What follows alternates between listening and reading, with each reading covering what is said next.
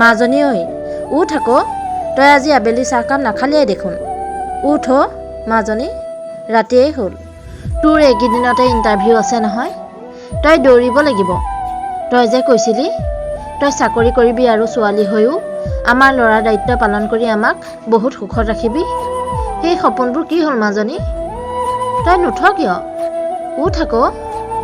প্ৰিয় শ্ৰোতাবৃন্দ, আজি পুনৰ আপোনালোকলৈ লৈ আহিছোঁ সত্য ঘটনাৰ ওপৰত আধাৰিত অন্য এটি কাহিনী। আজিৰ কাহিনীটোত এগৰাকী মাতৃৰ কৰুণ কাহিনী শুনিবলৈ পাব। ব'লক তেন্তে কাহিনীটো আৰম্ভ কৰোঁ। মাজনীও আহ আকৌ, চাহকণ খাই লহি। হ'ব দে মা, এতিয়া নাখাওঁ।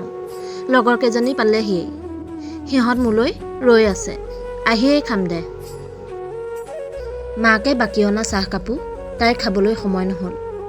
বকা চাহ তাতে এৰি তাই লৰ দিলে সমনীয়াৰ সতে। তাইৰ নাম ডিম্পী, বয়স 20 বছৰ।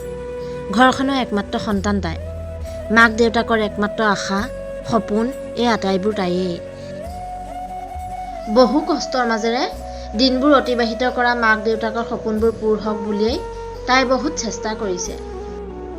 নিৰাপত্তা বাহিনীত চাকৰি কৰাৰ উদ্দেশ্যে লগৰ বান্ধৱীৰে সৈতে তাই কঠোৰ অনুশীলন চলাই আছে।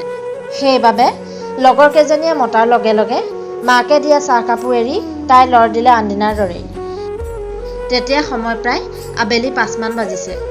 প্ৰতিদিনে সিহঁত কেইজনীয়ে নিৰাপত্তা বাহিনীত ইণ্টাৰভিউ দিবৰ বাবে এইকণ সময়তেই অনুশীলন আৰম্ভ কৰে। সেইদিনাও সিহঁত ওলাই গৈছিল আৰু সিহঁতে অনুশীলন কৰি মেলি ঘূৰি আহিবলৈ লওঁতেই ক'ৰ পৰানো মৃত্যুদূত নামি আহিল টলকিবই নোৱাৰিলে। হঠাৎ এখন দ্ৰুতগতিত অহা পালচাৰ বাইকে পিছফালৰ পৰা আটাইকেইজনীকে মহতিয়াই লৈ গ'ল। মাকৰ হাতৰ চাহকাপ খাবলৈ ডিম্পী আৰু ঘূৰি যাব নোৱাৰিলে। পালচাৰৰ খুন্দাত ডিম্পীয়ে চিৰদিনৰ বাবে বিদায় ল'লে এই পৃথিৱীৰ পৰা। আৰু তাইৰ লগৰ কেইজনী গুৰুতৰভাৱে আহত হয়। সিহঁতক লগে লগে চিকিৎসালয়লৈ লৈ যোৱা হয়।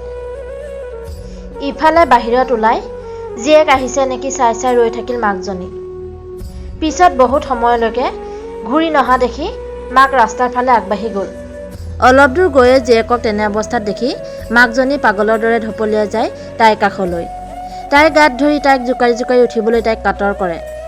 মাজনী ঐ উঠ আকৌ, তই আজি আবেলি চাহকাপ নাখালিয়েই দেখোন। উঠ অ' মাজনী, ৰাতিয়েই হ'ল। তোৰ এইকেইদিনতে ইণ্টাৰভিউ আছে নহয়, তই দৌৰিব লাগিব। তই যে কৈছিলি তই চাকৰি কৰিবি আৰু ছোৱালী হৈও আমাৰ ল'ৰাৰ দায়িত্ব পালন কৰি আমাক বহুত সুখত ৰাখিবি। সেই সপোনবোৰ কি হ'ল মাজনী? তই নুঠ কিয়? উঠ আকৌ। ডিম্পী আৰু নাই। মাক বাপেকহাল একেবাৰে নিথৰুৱা হৈ পৰিল। ঘৰৰ একমাত্ৰ সন্তানটি ঘৰখন উদং কৰি একেবাৰে গুচি গ'ল অজান দেশলৈ। মাকজনী কান্দি কান্দি পাগলৰ দৰে হৈ পৰিছে। গাঁৱৰ মানুহে বুজনি দি যেনে তেনে শান্ত কৰে যদিও আকৌ মনত পৰি জীয়েকৰ শোকত মাকজনী ভাগি পৰে। জন্ম হ'লে মৃত্যু অনিবাৰ্য, সেই কথা সকলোৱে জানে। কিন্তু এনে অকাল মৃত্যু বৰ কষ্টকৰ। মৰা যেন মৰি যায়, কষ্ট হয় জীয়াই থকাবোৰৰ। এই মৃত্যুৰ বাবে কাক দুখ দিব কাক দুখ নিদিব একো ধৰিবই নোৱাৰি। আমি এই বুলিয়ে সান্তনা ল'ব লাগিব যে হয়তো সিমান দিনলৈকে তাইৰ আয়ুস আছিল। আৰু এই সন্ধ্যা সময়ছোৱা এনেও আগৰ দিনৰ মানুহে বাহিৰলৈ ওলাই মেলি যোৱাটো উচিত নহয় বুলি কয়। আচলতে সেই কথাবোৰ আমি গুৰুত্ব নিদিওঁ আৰু অদৰকাৰী কথা বুলি উৰুৱাই দিওঁ। কিন্তু কিছুমান কথাৰ যুক্তি নথকাও নহয়। যি কি নহওক, এনে অকাল মৃত্যু যেন কাৰো জীৱনলৈ নাহক। কোনো মাতৃৰ কোলা উদং কৰি নেপেলাওক, তাকেই কামনা কৰোঁ। লগতে ডিম্পীৰ আত্মাৰ সদ্গতি কামনা কৰিলোঁ।